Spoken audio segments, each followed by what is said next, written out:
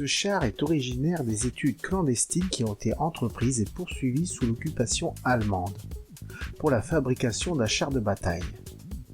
C'est en novembre 1944, alors que la totalité du territoire national n'est pas encore libérée, sous couvert d'un prétendu usage civil ou d'un usage pour la Kriegsmarine, organisation secrète de l'armée de Vichy qui tentait de produire des matériels interdits par les conditions de l'armistice.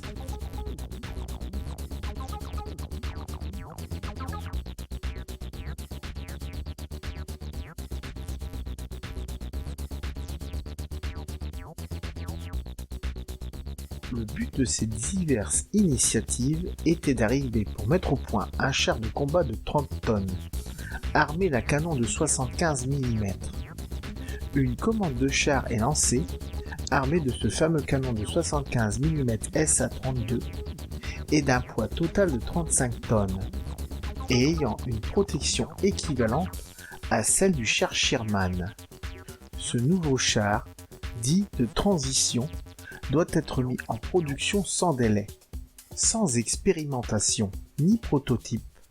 La commande s'élève à 500 chars à produire à une cadence mensuelle de 50 à 70 exemplaires.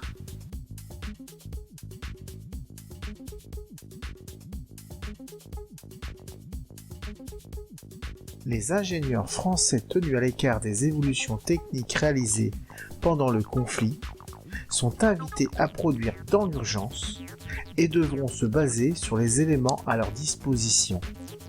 Le train de roulement est inspiré de celui du B1 bis, bien maîtrisé, mais qui n'autorisera qu'une vitesse limitée.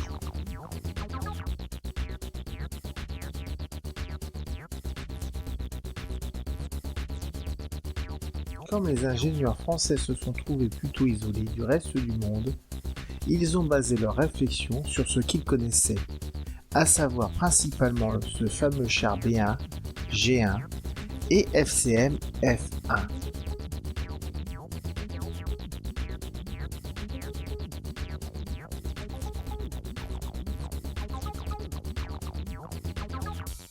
Lorsqu'en août 1944 Paris est libéré, le nouveau gouvernement provisoire fait tout son possible pour permettre à la France de retrouver sa place de grande puissance.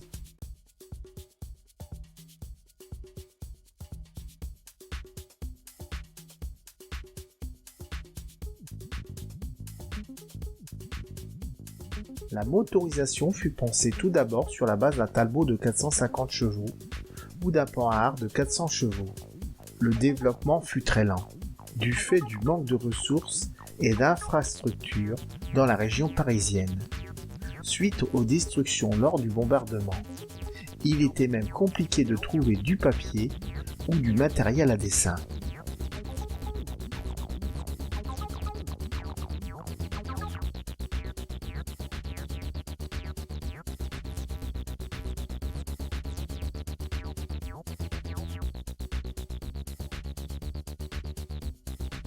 Début 1945, l'armée française se rend rapidement compte qu'un tel engin n'apportera aucun progrès face aux Sherman disponibles immédiatement et en quantité.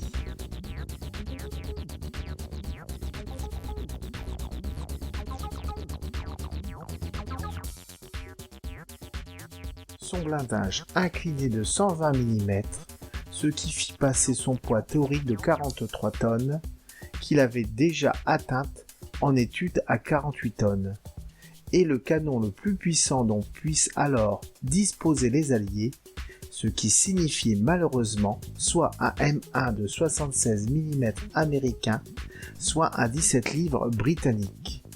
Aucun canon de 90 mm n'étant alors disponible.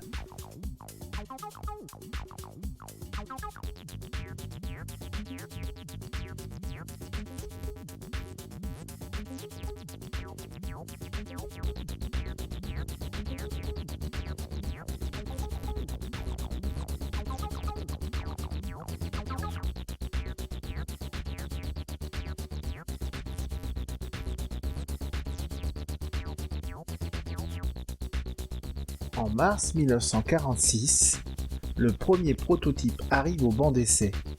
La tourelle modèle ACL1 est produite par les ateliers et chantiers de la Loire, avec un canon de 76 mm américain. Elle est ensuite remplacée par une tourelle Schneider, cousine à celle destinée au char FCM F1, est équipée d'un canon de DCA naval de 90 mm à frein de bouche, faisant de l'ARL 44 le premier char français à bénéficier de cette technologie.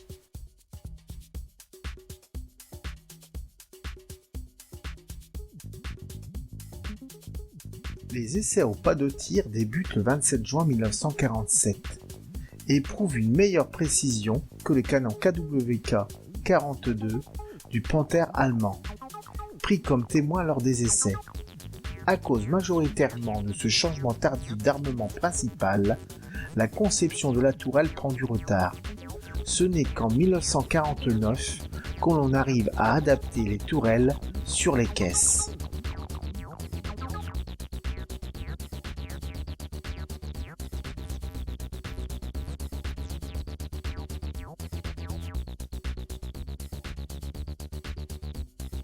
Équipé de moteurs Maybach HL230, de prises subtilisées en Allemagne, développant 600 chevaux. Le premier matériel de tête de série sort au printemps 1947 et débute une longue période d'expérimentation qui constate de nombreuses déficiences. Les essais se poursuivent jusqu'à la fin 1950, sans que tous les problèmes aient pu être résolus.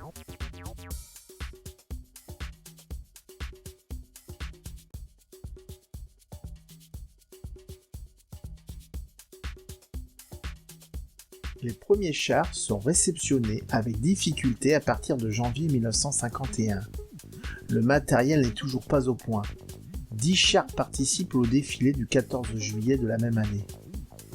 Les incidents s'accumulent, touchant principalement la boîte de vitesse, l'embrayage, le bandage des polis de tension, l'entraînement des ventilateurs.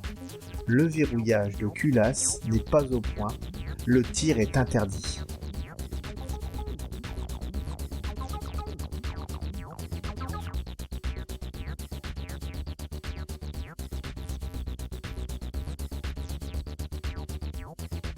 En conséquence, dès décembre 1951, l'ARL 44 est retiré provisoirement du service.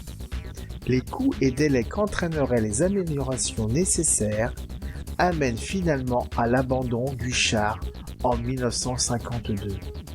Seuls 5 exemplaires ont survécu jusqu'à aujourd'hui.